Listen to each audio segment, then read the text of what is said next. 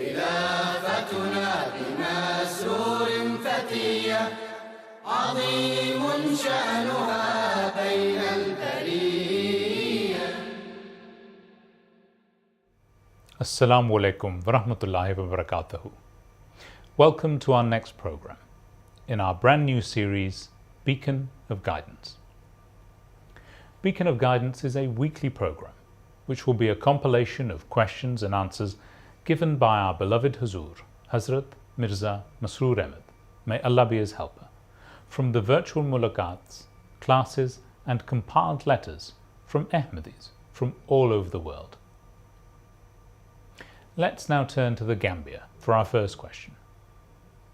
On Saturday, the 29th of May, 2021, beloved Huzur blessed Majlis Khudam al-Ahmadiyya Gambia with a virtual mulaqat, during which a Khadim asked Huzur, what can Africa do to be self-sufficient and achieve development? Assalamu alaikum, beloved Huzur. My question is, what can Africa do to be self-sufficient and achieve development? It is not only a matter of achieving some target of Africans only. Every nation who works hard will develop and achieve their targets. So the first thing is that you should give more emphasis on education. You see, your literacy rate should be very high. Not that every student gets primary education, but the target of the African government should be that every person of their country, whether it's a girl or boy, man or woman, should be highly educated. The minimum requirement should be secondary education. And if it is graduation, then that will be much better. See, if you are educated and your literacy rate is high, then it will broaden your mind. Then you will try to see what the world is doing and where the world is going and what should be our goals and targets and objectives. So you fix your targets, big targets, so that when you fix your big targets, you will work hard to achieve them. And be honest and sincere with your work, as I have already said. See, if you are a teacher, you should fully concentrate on teaching your student with full preparation. Not that you are not well prepared and go to the school and start teaching the students. If you are a worker, you should work hard as much as you can. If you are a bureaucrat, you should be very sincere and honest with your work and try hard to achieve the ultimate object of your assignment or complete your assignment within the prescribed time and as early as possible. So, work hard, be honest and sincere to your work and to your nation. And that will help you to develop. And the basic thing, as I have told you, is the education. Every person should try hard to get better education, right? So if you are a well-educated person, then your goals will also be high, right? And use that knowledge and wisdom which you get for the betterment of your nation, for the service of your nation. For our second question, beloved Huzur had graced a virtual mulaqat in Urdu with Ahmadiyya Muslims from the West Bank on the 18th of June 2021. They asked beloved Huzur whether it is acceptable for an Ahmadi to hide their faith due to the risk of opposition. Let's hear what Huzur said. बात यह है कि अगर खौफ है और मुकाबला नहीं कर सकता, ख़ास तौर पे औरतें मुकाबला नहीं कर सकती, तो दिल में उनके ईमान है तो उसको रखें और ना ज़ाहिर करें, लेकिन इसमें कोई हर्ज नहीं है. लेकिन अगर मुकाबला करने की हिम्मत है, जुर्रत है, मर्द है, तो फिर ज़ाहिर करना चाहिए। अब सहाबा की जो तारीख़ मिलती है हमें, उसमें यही है कि बाज़ सहाबा शुरू में जो ईमान लाए, उनको कहीं किसी दूसरे बड़े रईस की और सरदार की पनाह मिल गई तो उन पे जुल्म नहीं होते थे। उन्होंने कहा अब हम आपका पनाह वापस करते हैं और हम उसी तरह इन जुल्मों को बर्दाश्त करना चाहते हैं जिस तरह हमारे बाकी भाई बर्दाश्त कर रहे हैं। लेकिन साथ ही ये भी तारीख़ से साबित है कि हज़रत सल्लल्लाहु अलैहि वसल्लम ने बाद लोगों को कहा कि ठीक है, अगर तुम लोग मुकाबला नहीं कर सकते, अपने ईमान को छुपा के रखो और दिल में रखो, ना ज़ाहिर करो। हिकमत का तकाज़ा भी यही है। बहुत सारे मुसलमान थे जो हजरत हज़रत सल्लल्लाहु अलैहि वसल्लम की हिजरत के बाद भी मक्के में रहे और वो ईमान ले आए हुए थे और उन्होंने ईमान छुपाया हुआ था। बाज़ ऐसे वाक़यात मिलते हैं कि बाज़ जो कुफ़ार के लश्कर आते थे, जंगों के लिए आए, उनमें वो शामिल हो के आ गए। और जब आ गए, दो आदमियों को ज़िक्र मिलता है पिछले जो मैंने ख़ुद बात सहाबा का ज़िक्र कर रहा हूँ उसमें भी ज़िक्र किया था कि एक जंग में इसी तरह लश्कर आया, उसके साथ दो अशख़ास जिन्होंने अपना ईमान छुपाया हुआ था वो शामिल होकर आ गए। और जब वो करीब पहुँच गए इस्लामी लश्कर के, तो उनसे कुफ़ार के लश्कर को छोड़ के इस्लामी लश्कर में आके शामिल हो गए और बताया कि हम बहाना बनाया था हमने निकलने का, इस तरह हम इनके साथ शामिल होकर आ गए हैं। तो उन्होंने इतना अरसा अपना ईमान छुपा के रखा। हज़रत सल्लल्लाहु अलैहि वसल्लम ने उनको ये नहीं कहा कि क्यों छुपा के रखा, बल्कि उनको पनाह दी और मुसलमानों में शामिल कर लिया। तो ये तारीख़ में मिलते हैं वाक़यात। जो मैं आजकल सहाबा के वाक़यात बयान कर रहा हूँ उसमें भी इसका ज़िक्र हो चुका है। चंद महीने पहले ही मैंने एक खुतबे में इसका ज़िक्र किया था।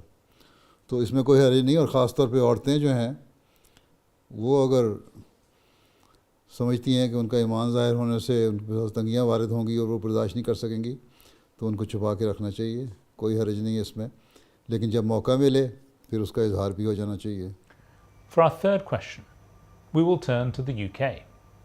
On the 1st of May 2021, Majlis Atfal al-Ahmadiyya Northern Region were blessed with a virtual mulaqat with beloved Huzur. A Tifl had asked Huzur the following question. In the Quran, chapter 6, verse 160, "And for those who split up their religion and become divided into sects, thou hast no concern at all with them. Surely their case will come before Allah.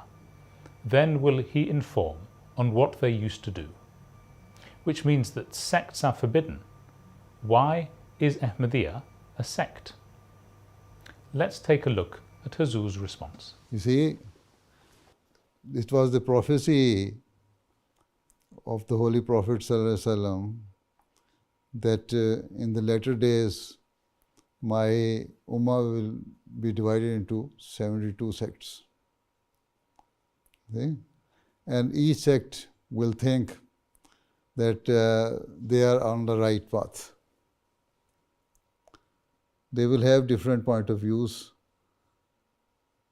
and each sect will think that their point of view is the best, and they are following the true teaching of the Quran, and they are following the Sunnah of the Holy Prophet ﷺ. See, in the present Muslim sects, there are some sects who are following Holy Quran. They do not believe in Hadith. Some they are following Hadith and they give more preference to Hadith.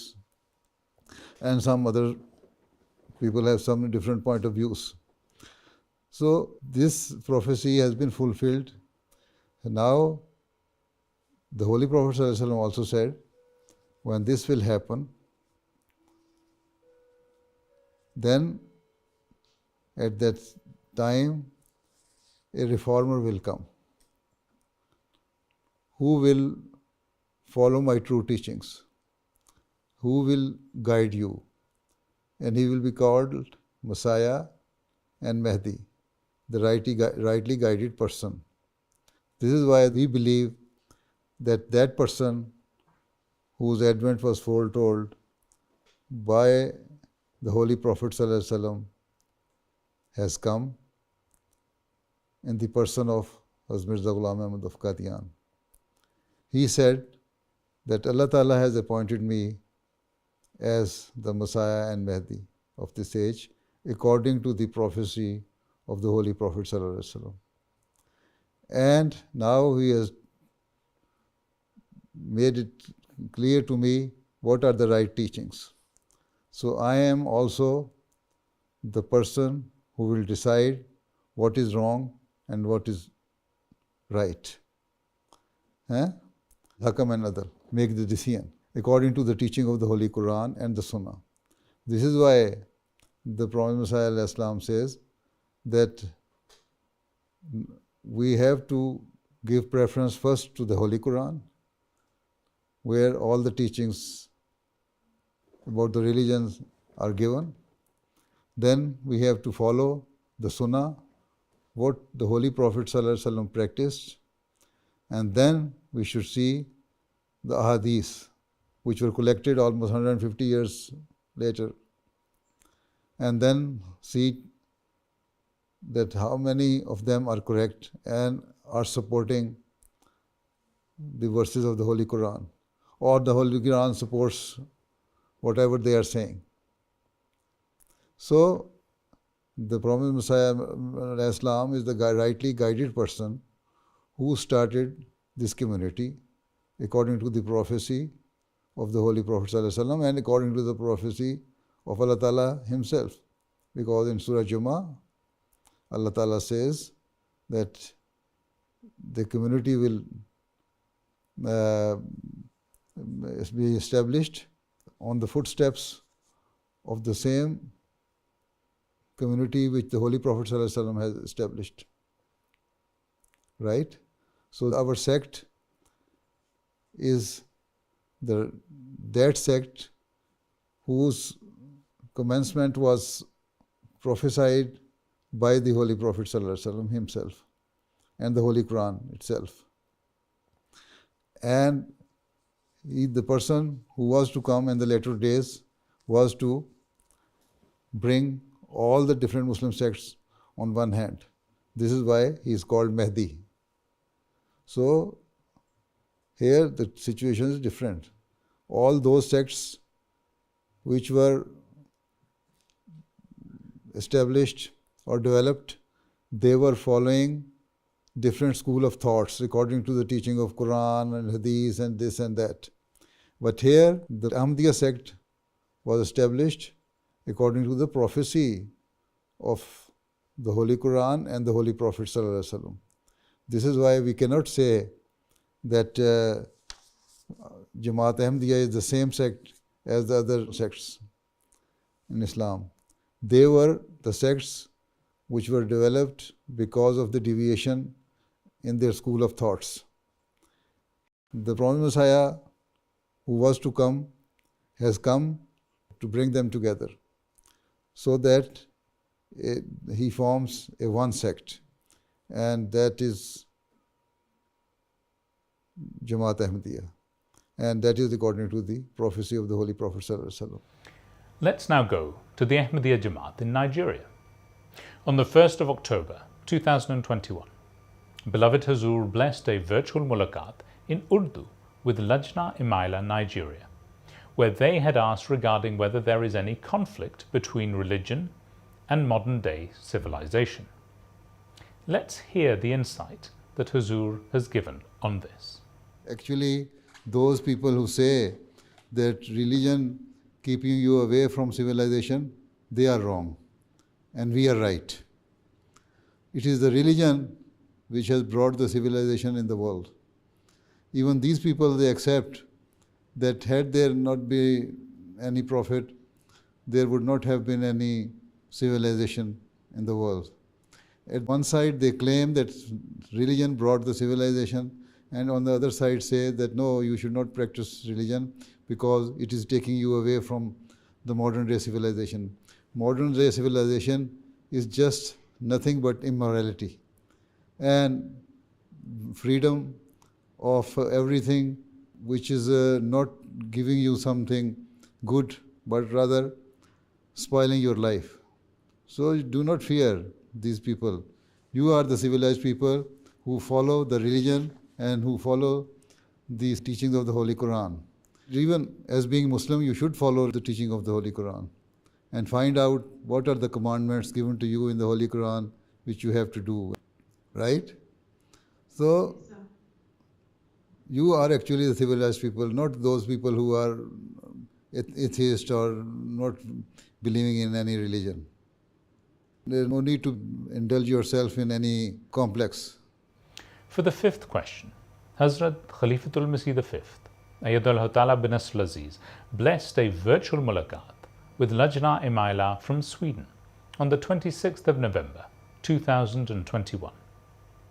One of the members had asked, what is the Islamic perspective on the theory of evolution? मेरा सवाल ये है कि theory of evolution के बारे में इस्लामी नज़रिया क्या है और इसको हम इन लोगों को कैसे समझा सकते हैं? सवाल यह है कि एवोल्यूशन तो हुआ इंसान का, ये नहीं हम मानते जो डार्विन की थ्योरी है कि कीड़ा था या बंदर था या बीटल था, हैं, या जानवर था तो उससे इंसान बन गया। इंसान था लेकिन उसकी अपनी स्टेजेस थी, शुरू की इनिशियल स्टेजेस में वो बिल्कुल ही हरकतें उसकी ऐसी थीं जैसे वो बंदर वाला केव में रहने वाला या जंगलों में रहने वाला था। फिर ऐसा ऐसा उसको अकल आती रही, डेवलपमेंट होती रही, लेकिन बंदर जो था वो बंदर की नस्ल चली, उससे जो इंसान था उसकी से इंसान की नस्ल ही चली हैं। तो एवोल्यूशन को तो हम मानते हैं कि हुआ, कुरान करीम में भी है, लिखा हुआ एवोल्यूशन है। और ये इंसान जो है इस हालत में पहुंचा और अभी तक एवोल्यूशन हो रहा है।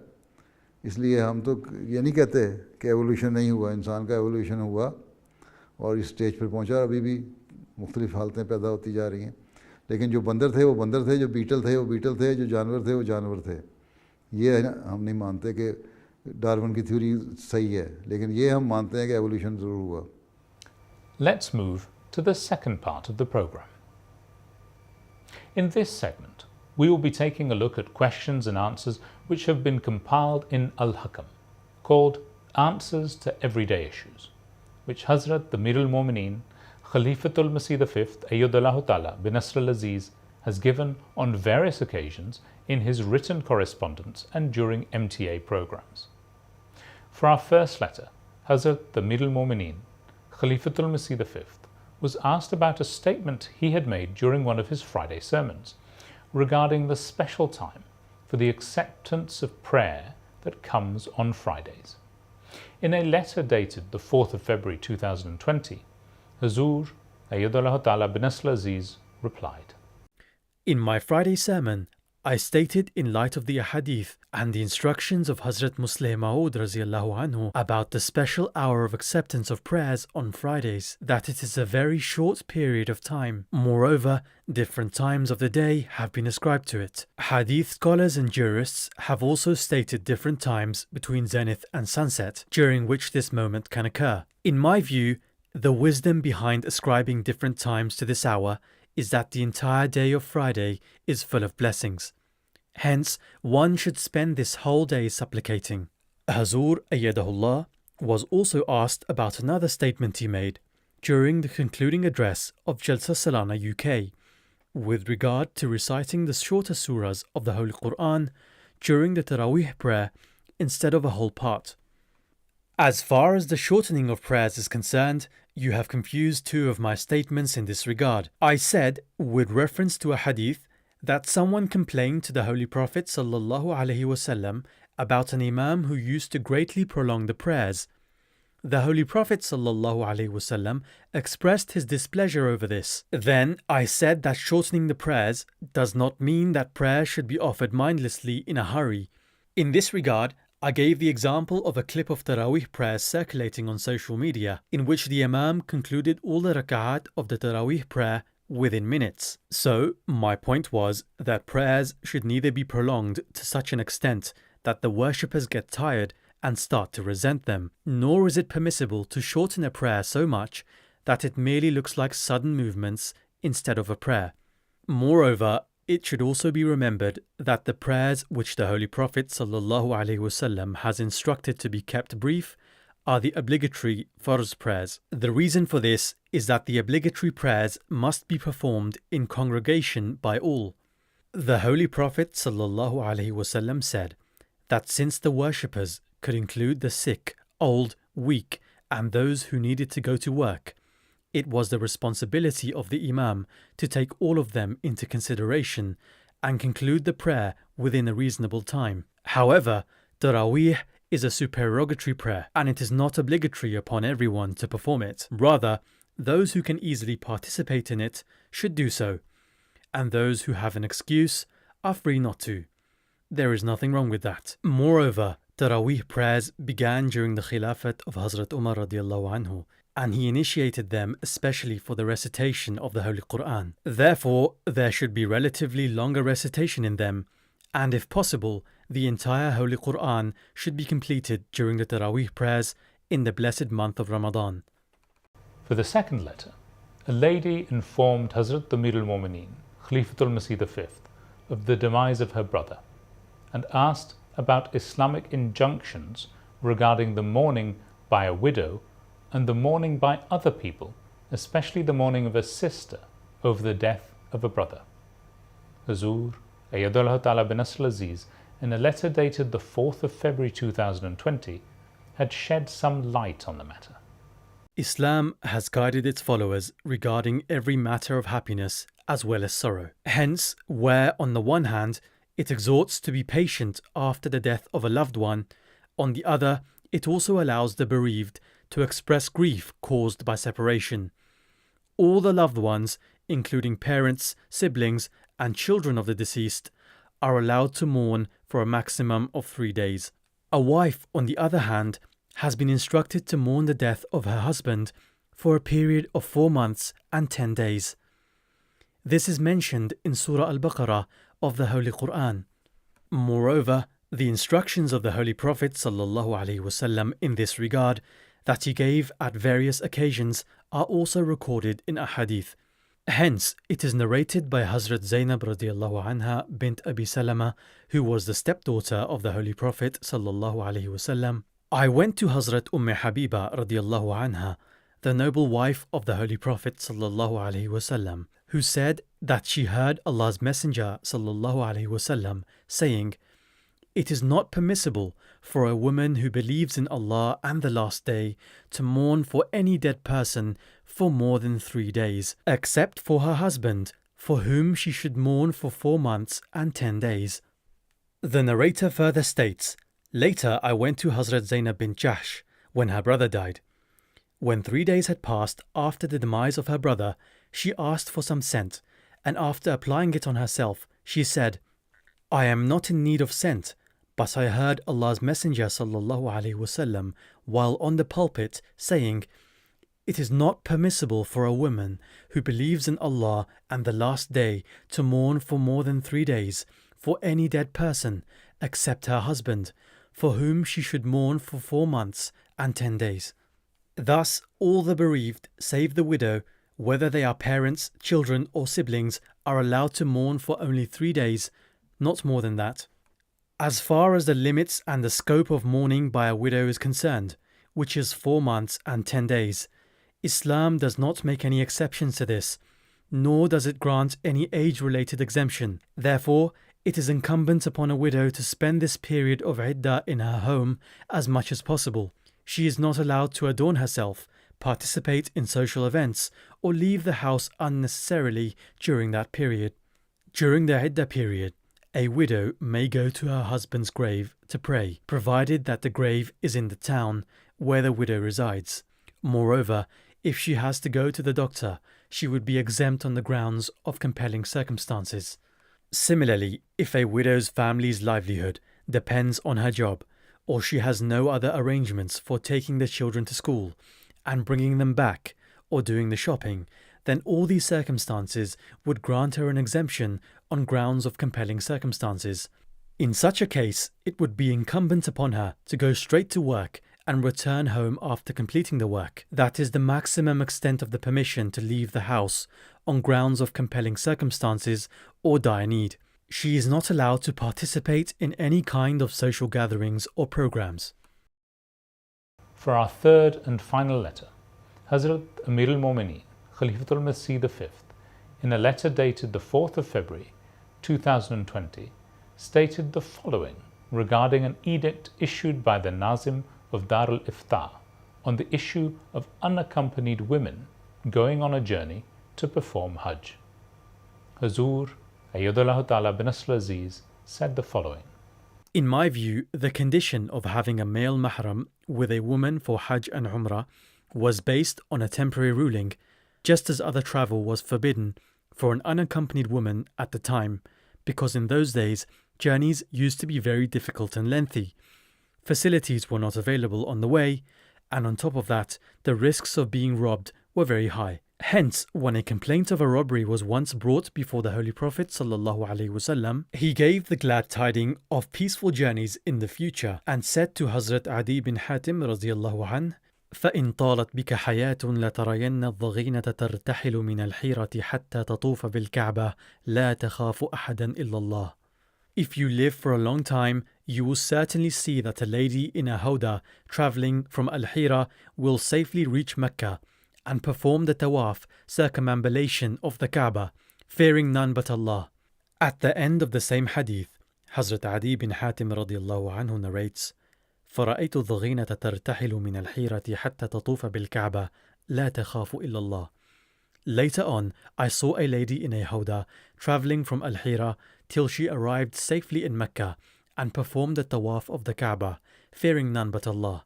Al-Hira was a town in the Persian Empire at that time and was located near Kufa, which means that it would have been a journey lasting several days at that time.